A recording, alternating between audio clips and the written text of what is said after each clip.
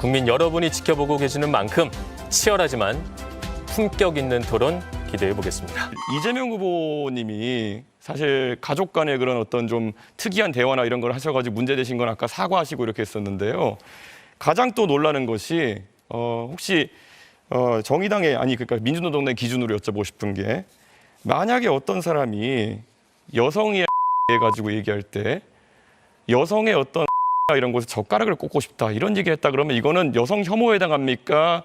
사실상 1차 토론부터 3차 토론까지 수많은 언쟁들이 많았잖아요. 마지막 활용점정은 역시 젓가락 발언이었죠. 3차까지 오면서 이번 토론은 여러 후보들 간 치열한 진흙탕 싸움이었는데 본인에게 불리한 질문 같은 경우에는 대부분 서로가 서로의 질문에 대한 답변보다는 역질문을 했죠. 건설적이고 경제적인 희망찬 토론보다는 과거의 칩으로 계속 들추면서 상대방을 깎아내리는 폄하의 장이었습니다. 물론 시청하시는 분마다 달랐겠지만 저는 이재명 후보랑 이준석 후보 간의 공방이 1차부터 3차까지 백미였다고 생각해요. 누가 더 잘했고 누가 더 못했냐를 따지기보다 그냥 이 1차부터 3차까지의 토론이 이 두 분을 위한 장이 아니었나 싶습니다. 아니 어떻게 보면은 훨씬 더 이득을 많이 본 사람은 이준석 후보예요. 어차피 이재명 후보는 지금 선두에 있기 때문에 잃을 게 더 많은 상황입니다. 초반에 국민의힘 진영에서 친윤 세력과의 단절로 새로운 바람 및 시작을 불러일으킬 수 있었던 게 한동훈 후보였는데 이 한동훈 후보를 내친 시점에서부터 계엄 내란 세력이라는 꼬리표를 끊지를 못했어요. 국민에게 사과도 없이 계속 이 친윤 프레임이라는 명함으로 이 대선을 시작했잖아요. 디폴트 값이 그렇게 씌워져 있다 보니까 애초에 민주당 이재명 후보 쪽으로 추가 많이 기울었던 싸움이었습니다. 판세가 굉장히 불리한 싸움이었어요. 이러한 상황에서 이준석 후보의 지지율이 특히 보수층 내에서 김문수 후보 지지자들이 이준석을 선택하면서 이제 두 자릿수 지지율이 됐죠. 특히 이준석 후보의 경우에는 이재명도 김문수도 아닌 중간지대 유권자들의 표를 흡수하고 있어요. 현재 이 막판까지 지지율이 빠지지 않으면서 이준석 후보 같은 경우는 전략적으로 이번에 완주를 하는 게 굉장히 중요합니다. 이번 선거에서 15% 이상의 득표를 얻으면 굉장히 좋은 거죠. 차기 보수 대선 주자로 자리매김할 수가 있습니다. 특히 토론에서 또 싹퉁머리 없다고 이제 비판하는 목소리도 있지만은 이재명 후보랑 맞다이 뜨는 모습에서는 논쟁의 강점을 보여주고 있죠. 이게 김문수 후보가 토론에서 좀 약하다 보니까 보수층 내에서는 이준석 후보가 좀 더 경쟁력 있는 토론자로 인식이 되는 거예요. 그리고 이 정치적 포지셔닝이 처음부터 이준석 후보는 탄핵 찬성이랑 개헌 반대를 명확히 했잖아요. 친윤 세력과 선을 그었죠. 이게 이번에 정치적 정체성을 강화하면서 보수 내 개혁 세력의 대표로서 이미지가 만들어졌죠. 물론 김문수 후보와의 단일화 얘기도 나오고 있는데 이준석 후보 입장에서는 굳이 전혀 할 이유가 없습니다. 공식적으로는 0%라고 하는데 그럴 수밖에 없죠. 애초에 이준석 후보는 친윤 세력과 선을 명확히 그었기 때문에 단일화보다는 이번에 완주를 하면서 차기 대선 주자로 보수층 세력 결집을 하는 게 더욱 큰 이득이고 현명한 전략일 수 있습니다. 그리고 다른 후보들도 뉴미디어, SNS 등을 잘 활용하시긴 했는데 이준석 후보가 이 부분에 있어서는 이미지 개선을 많이 한 것 같아요. 토론에서 비판받던 이미지를 본인 유튜브 채널이라든가 1분만, Y스트리트, 전인구 경제연구소, 공부왕 찐천재 홍진경 물론 여기에는 많이들 출연하셨죠. 이런 채널 등을 통해서 많이 호소력을 갖게 됐어요. 솔직히 앞으로 대선 후보들이 대통령 후보 토론회 말고도 이런 채널들에 더 많이 나와야 된다고 저는 생각을 해요. 이게 대통령 후보 토론회에서는 각 분야, 주제에 맞는 해결책을 제시한다기보다는 이게 어쩔 수 없이 서로가 서로를 깎아내리다 보니까 그 후보의 정책이나 그 후보의 진솔한 이미지 등을 알 수 있는 기회가 굉장히 한정적입니다. 앞으로 더 많이 나와야 되고 그리고